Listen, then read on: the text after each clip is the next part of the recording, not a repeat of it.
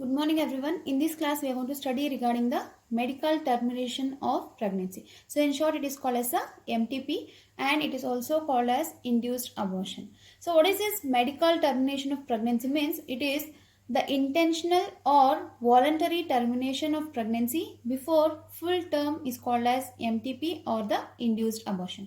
So usually we know that the gestation period of a human beings lasts for 9 months. Suppose if there is a termination before the completion of this full term, then it is called as a induced abortion or the MTP, and it should be intentional or voluntary one, right? So usually there are nearly 45 to 50 million MTPs are performed in a year all over the world.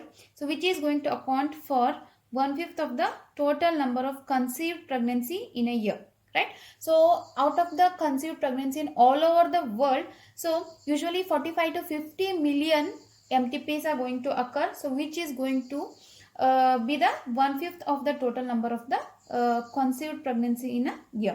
So obviously this MTP is going to play a significant role in decreasing the population, but this MTP is not meant for that purpose. So whether to accept or legalize MTP is being debated upon in many countries due to emotional, ethical, religious and social issues involved in it, right? But still the government of India has legalized the MTP in the year 1971. So that government of India legalized MTP in the year 1971, but with the strict conditions to avoid its misuse. So such restrictions are also important by means to check indiscriminate and illegal female feticides which are reported to be high in India, right? So there were so many debates in many countries, but still government of India has legalized this MTP in the year 1971 along with the strict conditions to avoid its misuse. So why it is necessary for the MTP, or what is the role of the MTP? It means the first thing is that to get rid of unwanted pregnancies either due to the casual unprotected intercourse or failure of the contraceptive used during the coitus or the rapes. So what is the importance of this MTP or why it is used? Means the first thing is that it is going to help to get rid of the unwanted pregnancies. So if the parents are not willing to have a child, so if it is an unwanted pregnancy, then to get rid of such things. And second thing is that suppose if there is a failure of the contraceptive, so we know that the contraceptive is used to avoid the pregnancy. Suppose after using the contraceptive also, if the parents get conceived, so to get rid of such pregnancies, we can undergo the MTPs, and also during the coitus or the rapes. So second thing is that it is useful in the continued pregnancies which could be harmful or even fatal either to the mother or the fetus or both. So there will be some complications during the pregnancy, so that could lead or that could be very harmful for the mother or to the fetus, or both for the mother and the fetus. So in such cases it is very necessary to get rid of such pregnancies or the fetus. So that time we can make use of this MTP. So these are the two important things, or the two reasons why there is necessary of the MTPs. The first thing is that to get rid of the unwanted pregnancies, so which are due to the casual unprotected intercourse or failure of the contraceptive used during the coitus or rapes. And second thing is that it is useful in the pregnancies which are very complicated, and that could be harmful for the mother or the fetus, or both mother and the fetus. And then the next thing is that when it is safe, so when the MTPs are safe, right? So the MTPs are considerably safe during the first trimester, that is up to the first 12 weeks of pregnancy the MTPs are safe, and in the second trimester the abortions are much riskier, right? So second trimester abortions are much riskier, and the MTPs that are done in the first trimester, they are usually safe, and they are considered to be safe. So then one more thing is that what is a disturbing trend that we are going to observe is that majority of the MTPs are performed by the unqualified quacks, which are not only unsafe but could be fatal to. Means these MTPs are not carried out by the expert doctors, but in some regions they are also carried out by illegally by the unqualified hacks. So that is unsafe, and it could be fatal.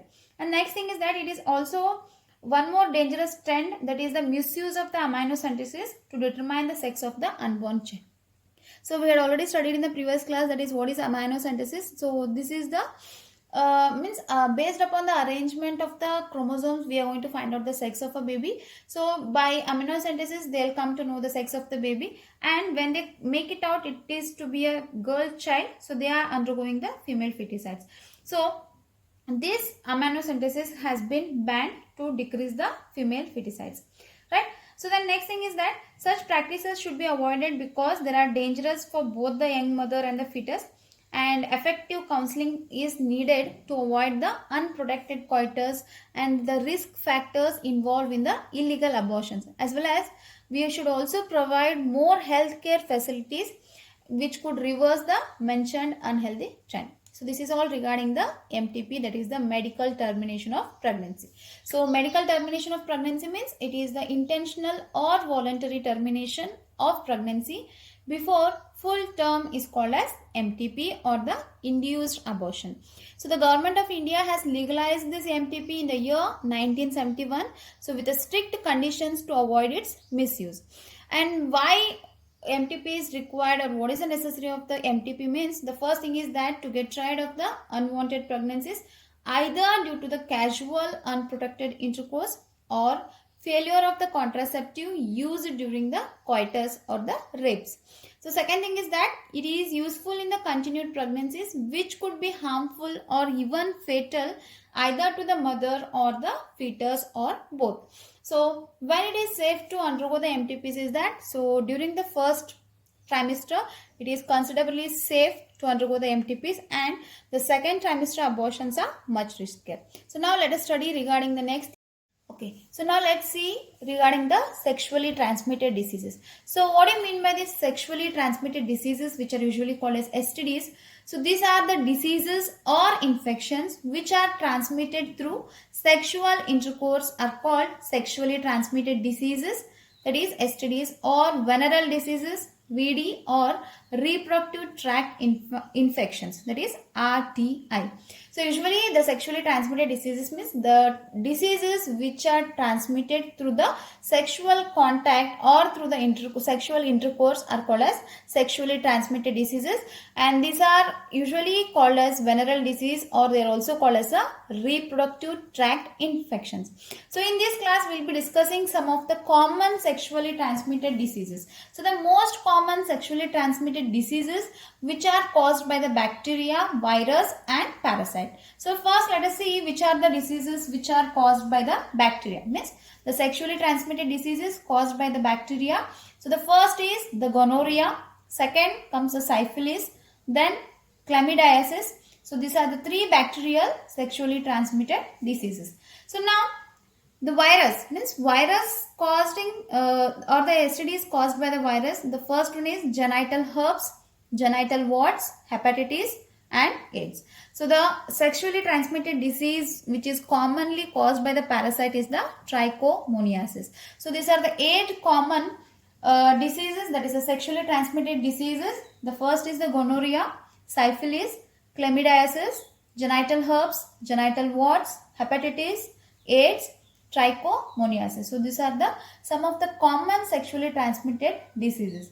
So among them, some of the infections like hepatitis B and the HIV. So this hepatitis B so this is hepatitis B. So hepatitis B and AIDS. So they are also transmitted by sharing the injection needles, surgical instruments, etc. with the infected persons. Means gonorrhea, syphilis, chlamydiasis, genital herpes, genital warts, trichomoniasis, these are transmitted only through the sexual intercourse, whereas the hepatitis B and AIDS, in spite of getting transmitted by sexual intercourse, they are also transmitted through the injection needles, surgical instruments, etc. with the infected persons, and transfusion of blood or from an infected mother to the fetus. So this is also going to result in the hepatitis B and the AIDS. So except hepatitis B, genital herpes and HIV. So that is except hepatitis B, genital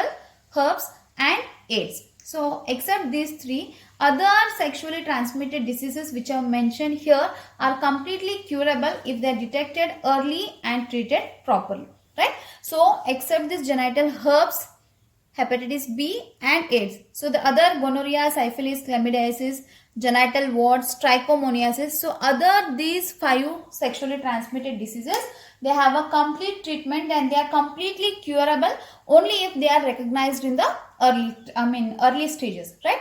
But this genital herpes, hepatitis B and AIDS, they are not having a complete treatment or they can't be completely cured. So what are the symptoms? So common symptoms of the sexually transmitted diseases. So the most important thing is that, so the itching, fluid discharge, slight pain, swellings, etc. in the genital region. So what are the important or the common symptoms of the STDs is that, so in the genital region we can see the itching. So there might be the fluid discharge. So there might be a slight pain in the genital region or the swellings in the genital region, right?